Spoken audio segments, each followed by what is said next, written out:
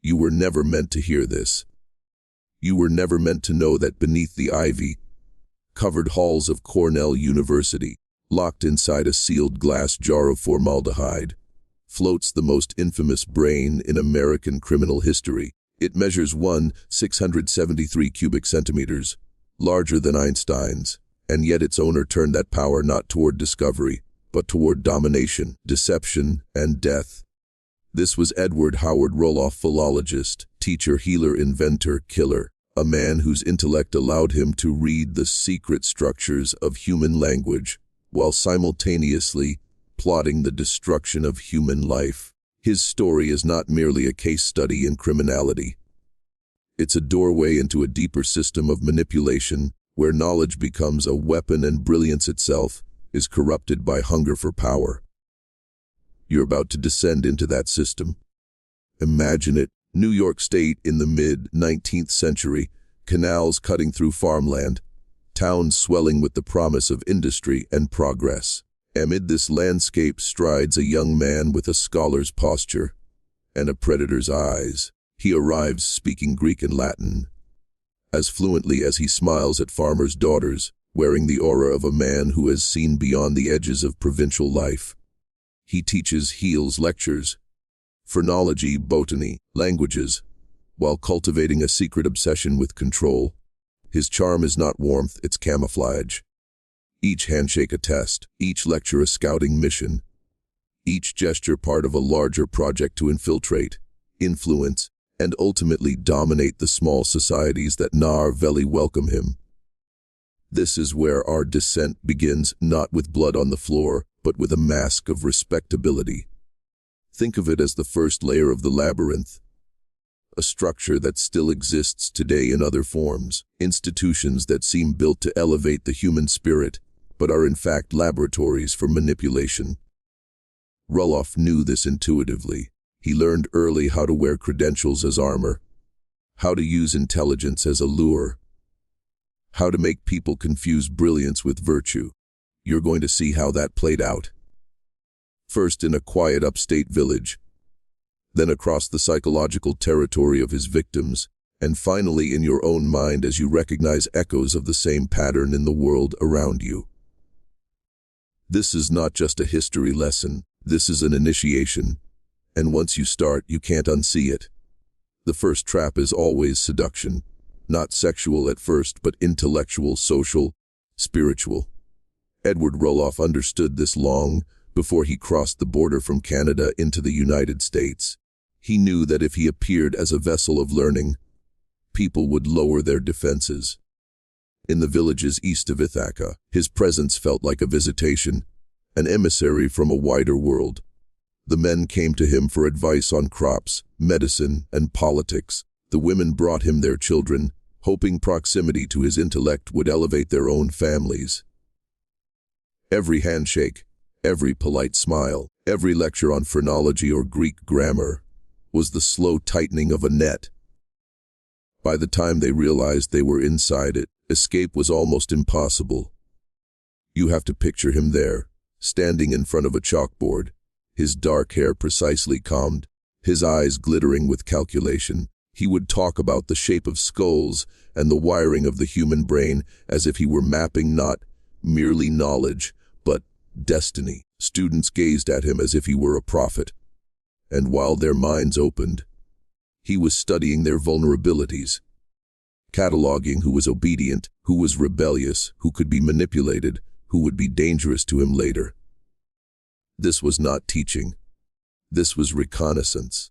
And at the center of that reconnaissance stood Harriet, 17 years old, clever, admired, the daughter of a respected family. She thought she was entering a relationship with a brilliant teacher. She was actually stepping into a psychological crucible designed to break her will. He fed her exotic stories of Europe, whispered lines of ancient poetry, drew a picture of a life far bigger than the farm fields of New York. She mistook his hunger for power as passion. He mistook her youth and innocence as consent to total domination. Look closely at this moment, because it's not just about one man in the 1840s. It's about a pattern repeated endlessly. charisma as camouflage, intellect as weapon, the predator hiding in the role of the mentor. You see it in corporations, in governments, in universities even now. That's why this story matters. This is where the descent begins to speed up, where brilliance fuses with obsession, and the facade of respectability hardens into a mask of control. Every man watching this needs to ask himself, how many of the authorities in your own life are just Edward Rulloff with a different name and a modern suit? The wedding was not a union, it was a binding. December 31st, 1843, snow pressing against the windows, candles flickering in the farmhouse air, a simple ceremony meant to mark the beginning of a life together. Guests saw a learned young man taking a promising bride. What they missed, what they refused to see, was the tremor beneath the surface. When the minister offered the traditional congratulatory kiss to Harriet, Rulloff's mask cracked. In front of friends, family, and God, his eyes darkened with possessive fury, his jaw locked, and the atmosphere shifted from celebration to dread. For a moment, everyone present saw the predator under the scholar's robes. Then they blinked, rationalized, and went back to their cake. That's how manipulation survives. People prefer the story. They've been told over the truth they've just glimpsed. Within months he had isolated her. Lansing was supposed to be a new start, but it was really a cage. Away from her family, Harriet was surrounded only by his books, his rules, his watchful suspicion. He called it privacy, it was control. In that small house he played dual roles: healer to the village, tyrant to his wife. He built a library of classical texts and botanical manuals, but he also built invisible walls around her mind, dismantling her confidence, eroding her ties to anyone who might save her. This is how it always happens. Before the blow, before the blood, before the crime, there is the architecture of domination. It begins with praise, escalates to isolation, and ends with the annihilation of self. Harriet, like countless victims before and after, confused his grand dreams with actual safety.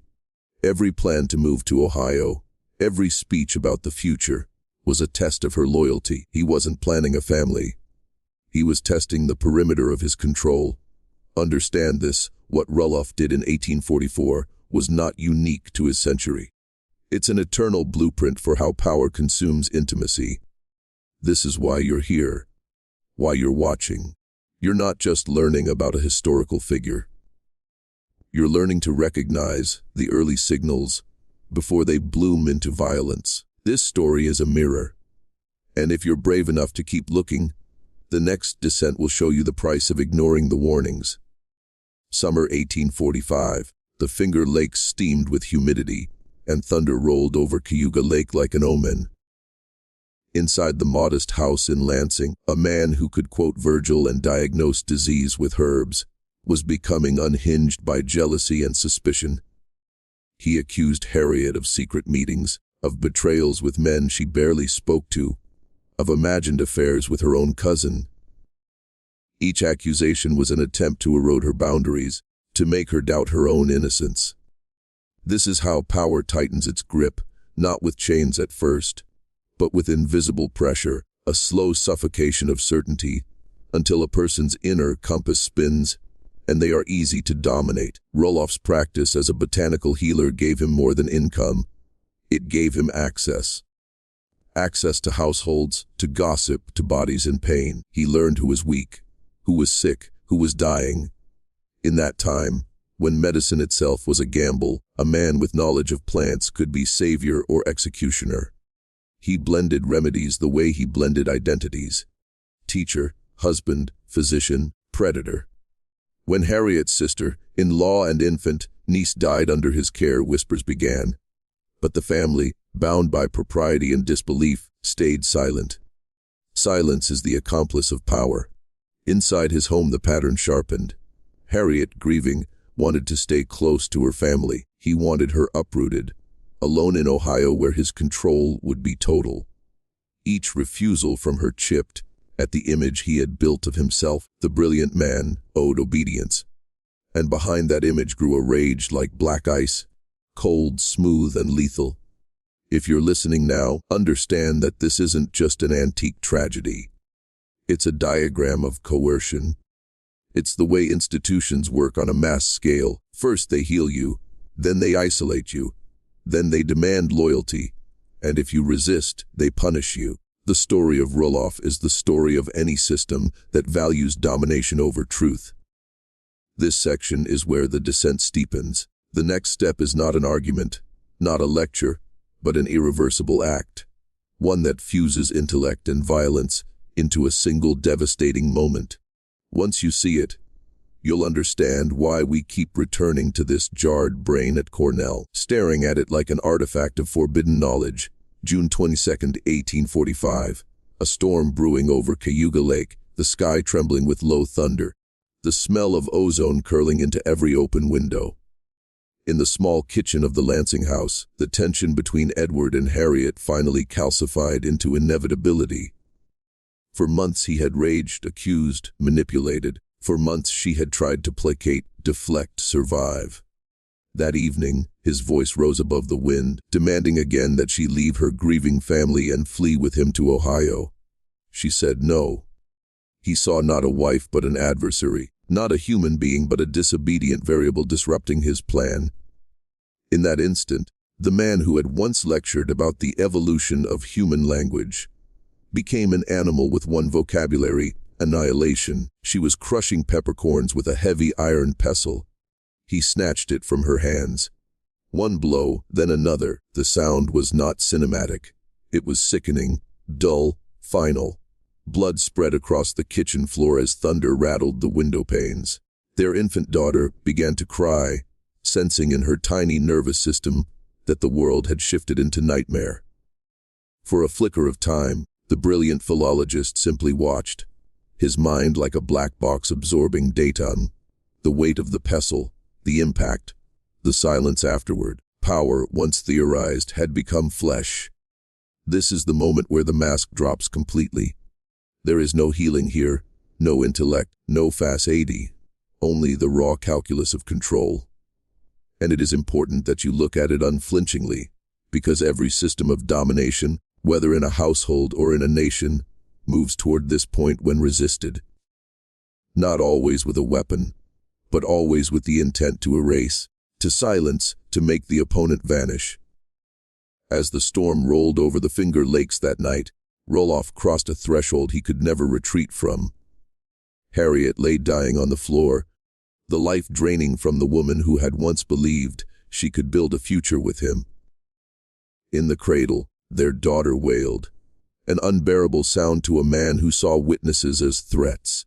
What he did next would push him even further into the forbidden territory of his own nature, where intellect and evil fuse into a single predatory identity. This is the point where the descent stops being theory and becomes nightmare. The kitchen was silent except for the storm and the crying of the infant. Harriet lay motionless, the iron pestle still sticky with her blood.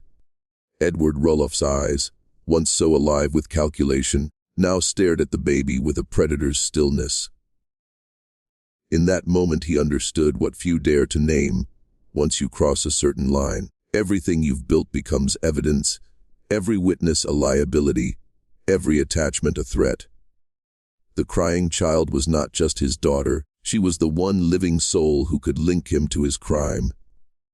In the twisted arithmetic of his mind, that made her expendable. What happened next would haunt New York for decades.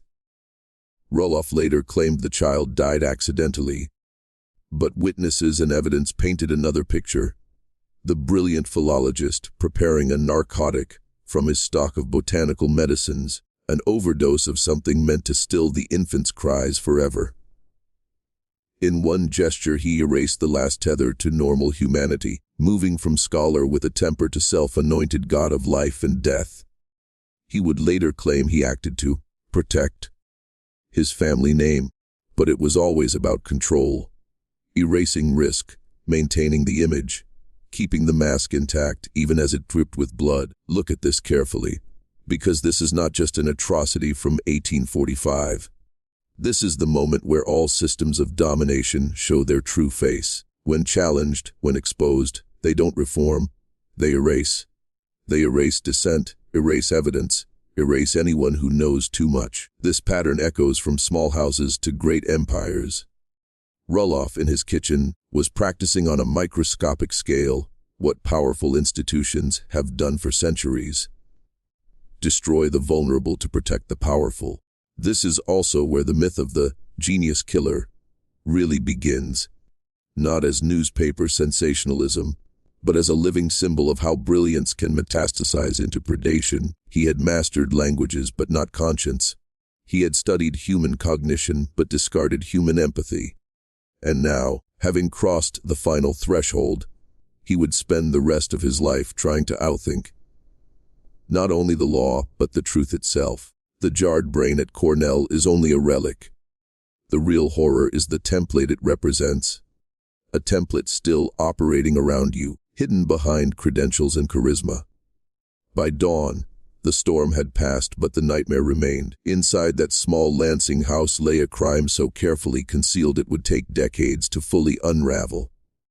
Harriet was gone. The infant was gone, and Edward Rulloff, the scholar turned predator, stood at the edge of two realities, the respectable mask he had built and the abyss now yawning beneath it. In the days immediately after, he performed what every manipulator practices long before the first act of violence.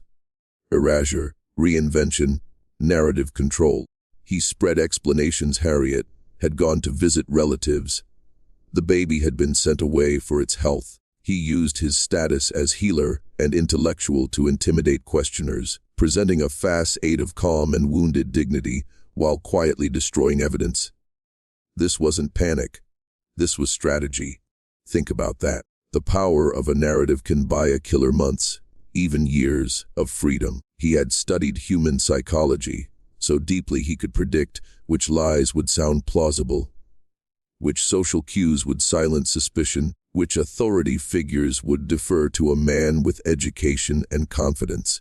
In a world where women's voices held little legal weight and male respectability conferred automatic credibility, Rulloff wielded patriarchy itself as a weapon, hiding behind the blind spots of the very culture he exploited. Meanwhile, he continued practicing medicine, lecturing, and writing about language theory, as if nothing had happened.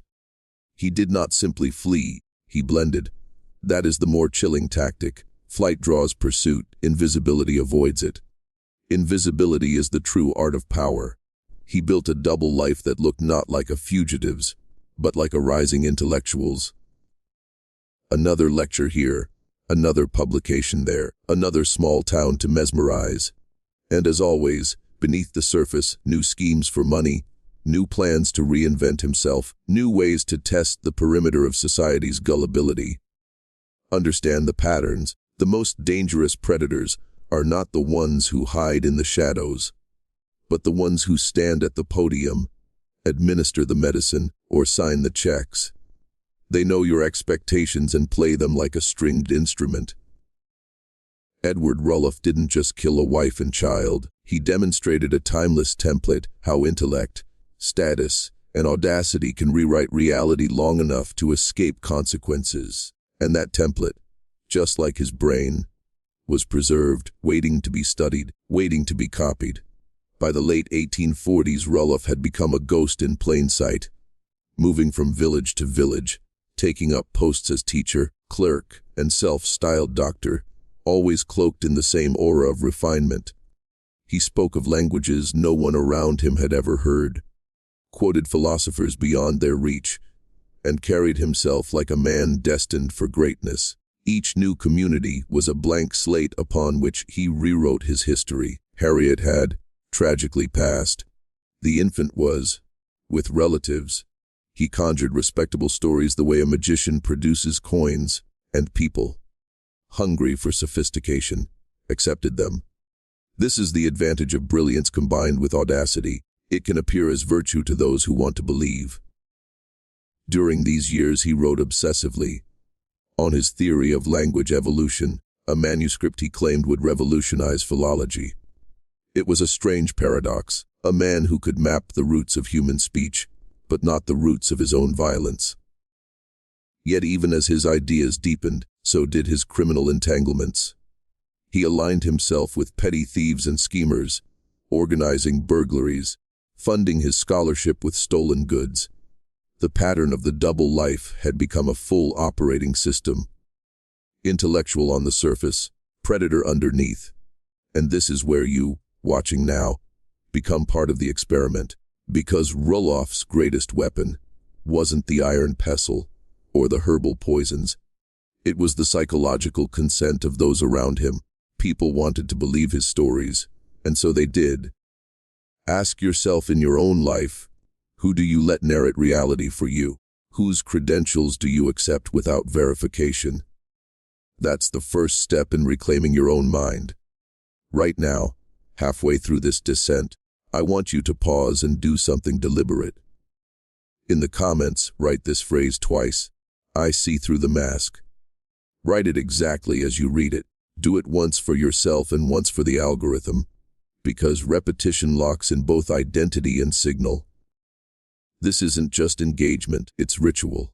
You're telling the world you won't be hypnotized by the next Edward Rulloff who walks into your village with polished shoes and a charming smile. The second half of this story goes deeper into the manhunt, the trial, the dissection of a brain, and the enduring myth of the genius killer. Each section now is not just history but a mirror, showing you how forbidden knowledge operates in the shadows you live in today. By the mid-1850s, the mask began to slip. Even brilliance can't hold a facade forever. In each new town, Rulloff left faint fingerprints of his double life. Missing money, inexplicable absences, whispered rumors about women who vanished after meeting him. The newspapers were still decades away from coining the term serial killer, but a pattern of predation was emerging. Lawmen, journalists, and rival academics started to compare notes. They discovered the elegant scholar, who lectured on the origins of language, was also moving stolen goods at night, recruiting thieves as easily as he recruited students. What he had once practiced on a household scale, he was now rehearsing on a regional one. The manhunt took years because he was not hiding in forests, he was hiding inside respectability. He rented decent rooms, dined at respectable tables, wrote persuasive letters. His genius was not merely intellectual, but strategic. He could smell the assumptions of his pursuers and use those assumptions to vanish. He did not act like a fugitive. He acted like a man owed deference. And in a 19th century culture that bowed automatically to education, it worked. Yet the cracks widened. Accomplices turned on him. Police began to realize the doctor was fencing goods from burglaries across several counties. Witnesses contradicted his tales about Harriet's disappearance. Small inconsistencies added up like bricks in a gallows, and still he wrote his magnum opus, certain that one day the world would overlook his crimes because his ideas were too valuable to ignore. This is the intoxicating delusion of power, the belief that achievement can wash away blood. Understand this. Rulloff's case forced America to confront a new category of predator, one whose violence was hidden under intellect and status. Before him, killers were imagined as brutes or outlaws. After him, they could also be professors, healers, or mentors.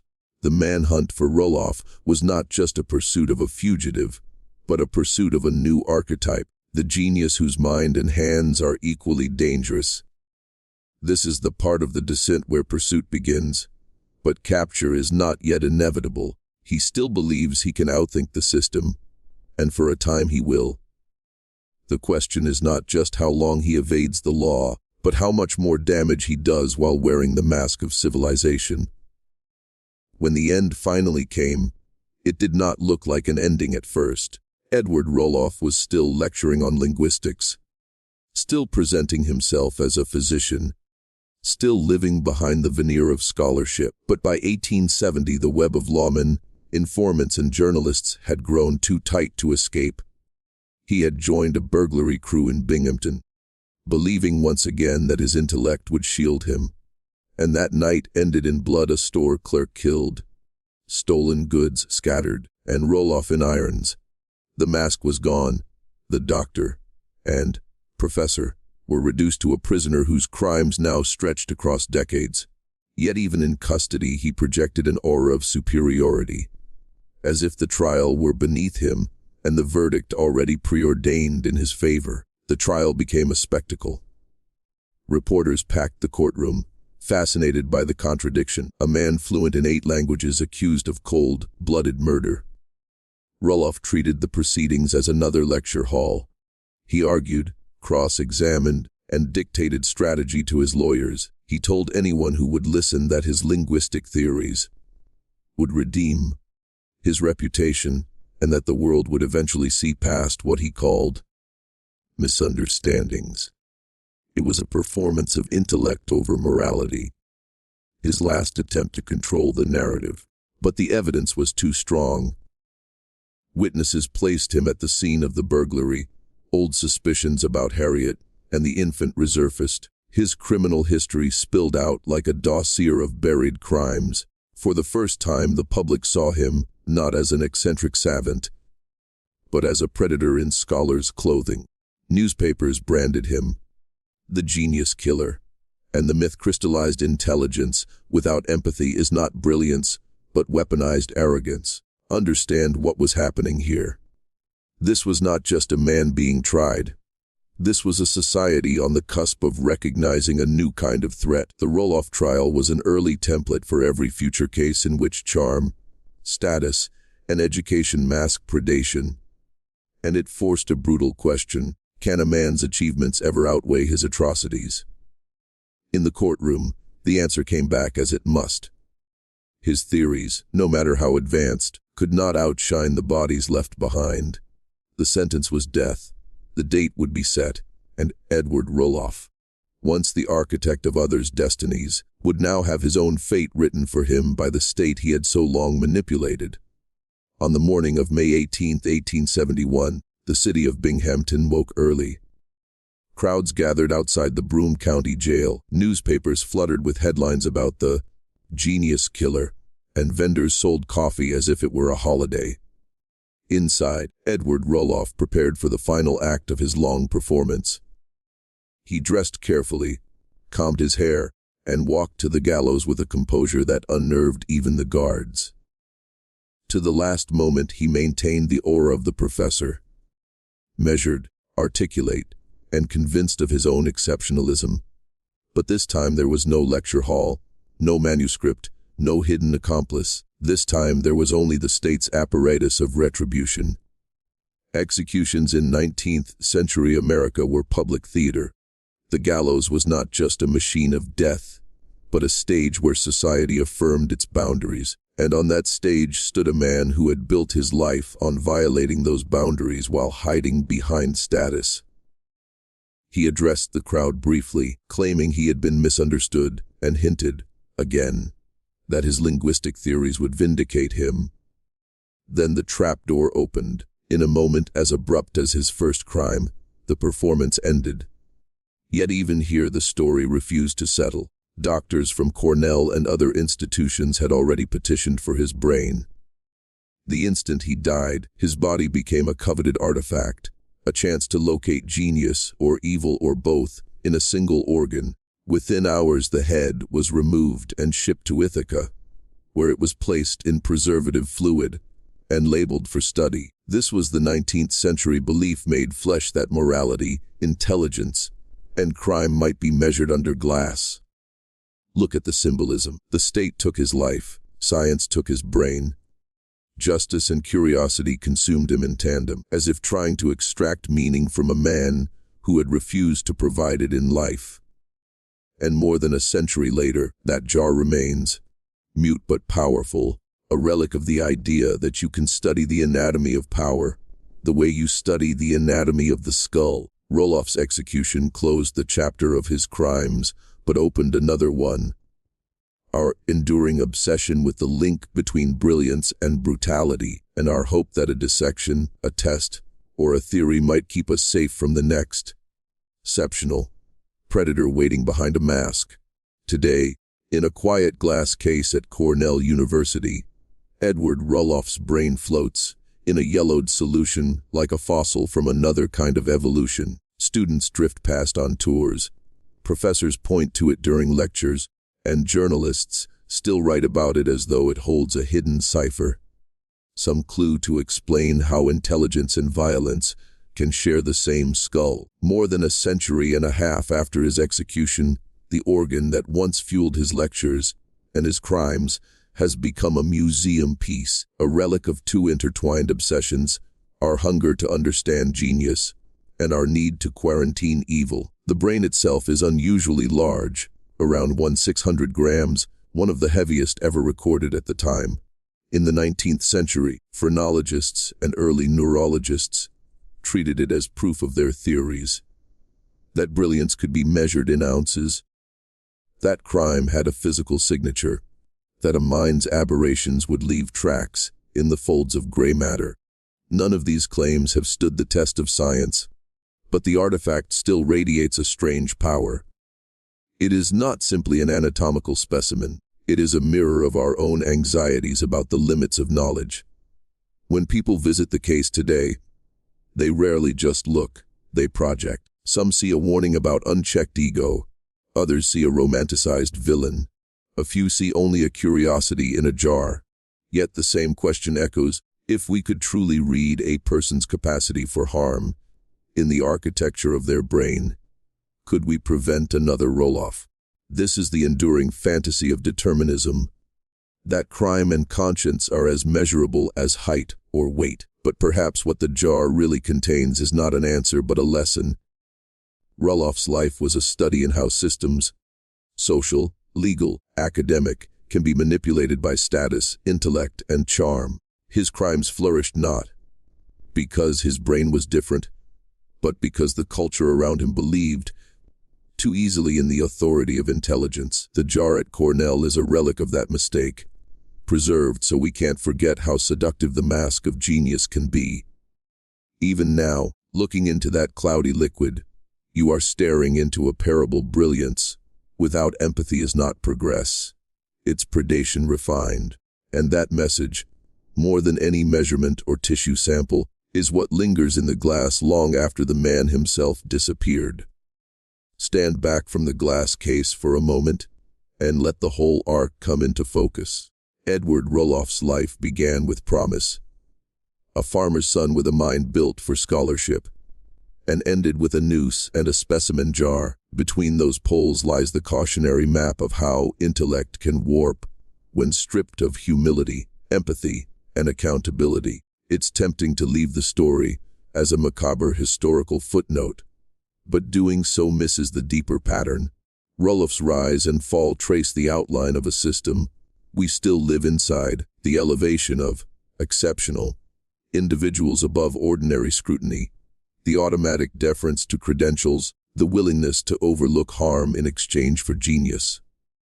When you step back, you see how every stage of his life mirrored a larger societal dynamic. In his household, coercion disguised as care. In his professional life, theft masked as scholarship. In his public persona, domination hidden inside the language of discovery. This is why the case still resonates. It's not simply about one man's crimes, it's about the environment that let them flourish. Without that environment, his intellect might have been merely eccentric. With it, his intellect became a weapon. Today, the jar at Cornell functions less as a scientific object and more as a cultural Rorschach test. It reflects back whatever you bring to it: fascination with abnormal psychology, unease about unchecked power, curiosity about the biology of evil, or simply the thrill of a gothic true crime story. But its most urgent message is that systems fail when they treat intelligence as a moral credential. Empathy, transparency, and accountability, not IQ, are what prevent harm. If you've followed this entire series, you've been doing more than consuming a story. You've been rehearsing a kind of vigilance. The point is not to memorize the details of a 19th century murderer, but to recognize the signs of coercion, the masks of authority, and the seductive glow of credentials when they're used to shield wrongdoing. Rulloff's case is a time capsule of those lessons, but it's also a mirror. As you leave this story, remember, forbidden knowledge isn't dangerous because it's hidden. It's dangerous because we forget to ask who wields it and for what purpose. That, ultimately, is the legacy of Edward Rulloff. Not his theories or even his crimes, but the warning encoded in his life and death. That glass jar no longer holds just a biological remnant. It's a silent courtroom, a monument where science, crime, and power stare each other down. In the era when Edward Rulloff was hanged, science believed crime and madness left biological signatures, that the slope of the skull or the folds of the brain could reveal evil itself. But Rulloff's brain shattered that myth. No deformity, no mark of the devil, only extraordinary size and symmetry. For the scientists of his day, this was the most unsettling truth. Genius and monstrosity can inhabit the same neurological architecture. This shock didn't just topple forensic theory, it exposed a deeper human need. Our craving to see evil as visibly deformed because it comforts us. Rulloff stripped away that comfort. His brain stands as a signal that danger doesn't always wear a different face. Often it hides behind the most polished and respectable masks. In Cornell's corridors, students still hesitate as they pass the jar. Some view it as a grotesque curiosity, others as a dark inspiration. Professors deploy it in criminology and ethics lectures as a mute witness. But for those who look deeply, it isn't just a murderer's brain. It's a diagram of power itself. It shows how society worships the exceptional, how institutions conflate brilliance with morality, and how that reverence grants predators a shield. Rulloff's legacy reveals more about our blind spots than about neurology. It reminds us that brilliance and virtue are not biologically linked. It's a mirror reflecting today's leaders, gurus, experts, and institutions. The same pattern, the same aura, the same invisible contracts. So when you look at that jar, don't just see the past, look around you. Recognize that every era produces its own Rulloffs. The mask simply changes, and that awareness is the weapon that turns you from vulnerable to vigilant in the dark game of power. You've now followed the trail all the way down, past the headlines, past the preserved brain, past the comfortable myths. And you're standing where this story was always meant to take you, the threshold where history becomes a mirror. Up to this point, you've been listening to a story about Edward Rulloff, but the real subject has always been the system of deference and blind faith that allowed him to thrive. The names and dates change, the pattern does not. This is why we've gone so deep, not to gawk at a killer, but to hand you a map of power and manipulation that still runs beneath the surface of modern life. Think about what you've seen: a man using credentials to gain access, intellect to build trust, and charm to camouflage coercion. Think about how communities, institutions, even families offered him immunity because they wanted to believe in his brilliance. That impulse, to equate intelligence with goodness, is still the lever by which entire populations are moved. Today it might wear a suit, a badge, a title, a spiritual brand, a social media platform, but it's the same lever.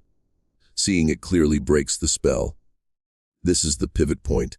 Stories like this aren't meant to leave you trembling in fear, but sharpened in perception. They're training grounds for vigilance. You're being invited to stop seeing power as something that happens out there, and start seeing how it operates around you, and even through you. Awareness is a weapon, discernment is armor. Now that you've walked this far, seal it in. If you haven't already, the mask is broken. Twice in the comments. The act is symbolic, a public declaration that you won't surrender your judgment to credentials or charisma again. Algorithms will see engagement, but you'll know it as an oath. Crossing this threshold means leaving behind the comforting idea that evil is always obvious, always other. It rarely is.